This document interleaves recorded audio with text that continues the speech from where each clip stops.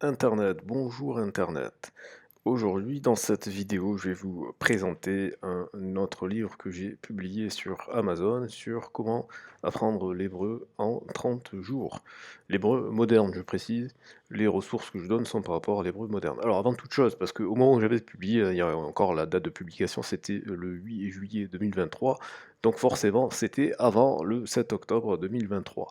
Mais c'était quand même après 1948, donc c'était après les tensions et le conflit israélo-palestinien. Donc, je précise que cette vidéo n'a absolument aucun objectif politique, que les choses soient bien claires.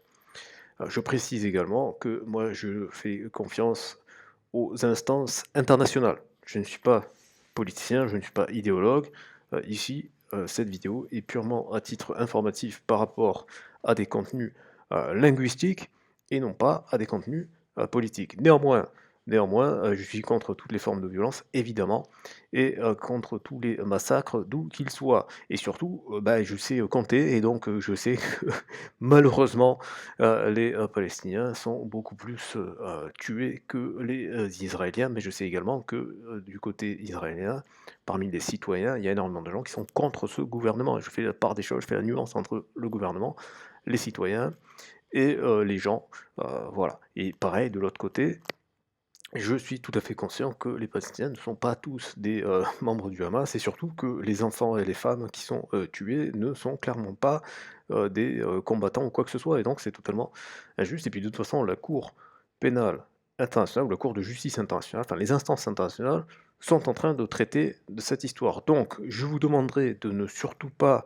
politiser l'espace des commentaires parce que cette vidéo, à part le fait qu'il y ait une situation géopolitique dans un certain pays, dans une certaine région du monde, cette vidéo, elle ne traite pas de cette région du monde, cette vidéo, elle traite d'une langue comme elle a traité d'une autre langue dans la vidéo précédente, et d'une autre langue encore dans les deux premières précédentes vidéos, et comme elle traitera d'autres langues dans les langues qui vont venir après. Donc, d'un point de vue purement linguistique, il faut être clair aussi, l'hébreu a un intérêt quasi nul, il faut être clair, à part si vous voulez aller en Israël, à part si vous voulez comprendre les communications qui se font sur internet, sur des sites israéliens. D'ailleurs, je pense que si on va sur la production de données sur internet, bah, vous voyez, ça n'apparaît pas dans les 38 langues les plus populaires sur internet, enfin les plus utilisées en tout cas sur internet. Ah si, pardon, autant pour moi, j'avais pas vu. Non, non, si, si, si. Donc vous voyez, voilà, ça confirme ce que je disais, dans le sens où il y a 0,4%, donc c'est aussi, entre guillemets, important que le grec, que le suédois, que le roumain, enfin moins que le roumain, parce que ça a baissé, un tout petit, un chouïa moins que le roumain, voilà, c'est à peu près comme le thaï, d'accord? Voilà. Mais il faut savoir quand même aussi que, sans rentrer dans les détails techniques de l'État d'Israël, c'est quand même un État qui produit énormément de technologies, hein, on le sait, tout le monde a entendu parler très certainement de l'application Pegasus. Donc malgré le fait que ce soit un très petit territoire avec une très petite, très faible population, au niveau des technologies, c'est important parce que aussi il faut rappeler que parmi les gens qui parlent l'hébreu, donc il y a certes tous les citoyens de l'État d'Israël, mais il y a évidemment beaucoup de gens qui sont à l'extérieur d'Israël et notamment aux États-Unis. Il y a plus d'ailleurs de gens qui parlent hébreu aux États-Unis qu'en Israël. Donc du coup, comme les États-Unis, ça reste quand même, qu'on le veuille ou non, la première puissance mondiale, et notamment économique et technologique, donc c'est pas si surprenant que ça soit une langue qui soit quand même relativement importante sur Internet au regard de sa population.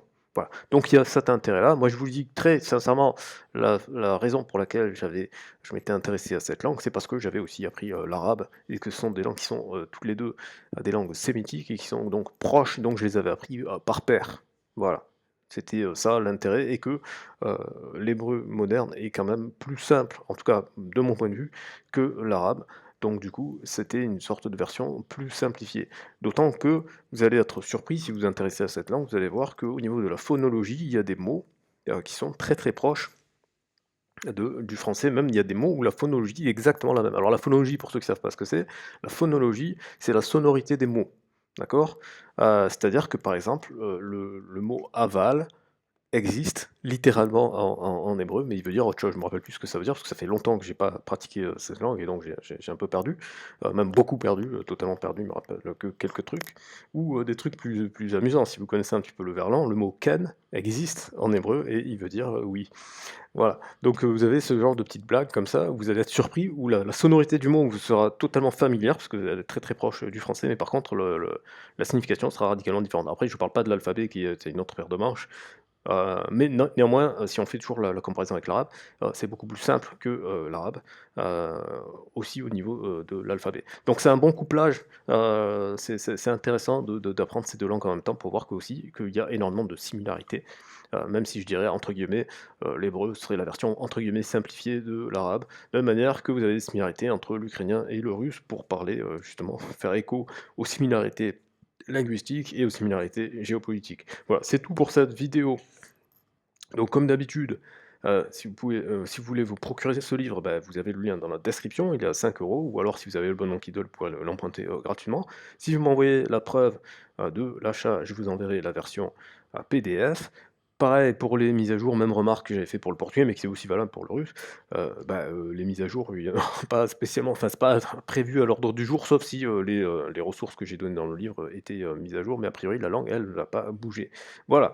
C'est tout pour cette vidéo. Abonnez-vous, partagez-la, mettez un pouce vers le haut et surtout, partagez, la paix, les amis, promouvons surtout l'action des instances internationales plutôt que le fait de s'invectiver dans les commentaires parce qu'il y a aucune invective des commentaires, YouTube ou n'importe quel réseau social et même les invectives en vrai, qui ne fera avancer, les choses, d'accord? Il faut œuvrer pour qu'il y ait un monde de paix et pour ça, il faut œuvrer pour que les instances internationales puissent obtenir la force dont elles ont besoin pour exprimer leur autorité. Enfin, c'est ça, à mon avis, si on veut chercher une solution pour la paix dans le monde, c'est vers ça qu'il faut se tourner, vers la force, l'autorité et l'application des instances internationales.